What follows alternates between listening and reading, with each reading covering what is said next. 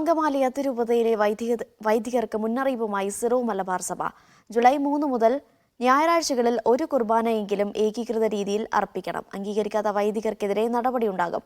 അനാവശ്യ പരസ്യ പ്രസ്താവനകൾ നടത്തുന്നവർക്കെതിരെയും നടപടിയെടുക്കുമെന്നും സഭയുടെ മുന്നറിയിപ്പ്.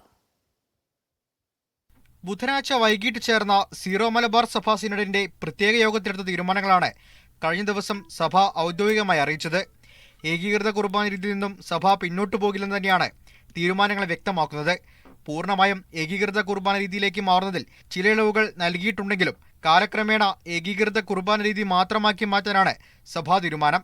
ജൂൺ 9 നൽകിയ സർക്കുലർ നിലനിൽക്കുമെന്നും ജൂലൈ 3 മുതൽ എല്ലാ വൈദികരും ഞായറാഴ്ചകളിലും ഒരു കുർബാനയെങ്കിലും ഏകീകൃത രീതിയിൽ അർപ്പിക്കണമെന്നും സഭ ആവശ്യപ്പെടുന്നു. ഒരു കുർബാനയെങ്കിലും ഏകീകൃത രീതിയിൽ അർപ്പിക്കാത്ത വൈദികർക്കെതിരെ സഭ നടപടിയെടുക്കും. ഏകീകൃത കുർബാന അർപ്പിക്കുന്ന വൈദികരെ തടസ്സപ്പെടുത്തുന്നവർക്കെതിരെയും നടപടിയുണ്ടാകും.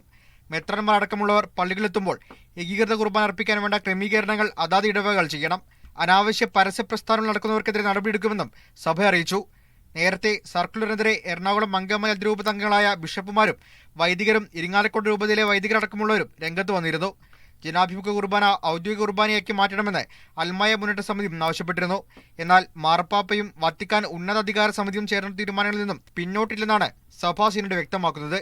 മീഡിയ 1 കൊച്ചി.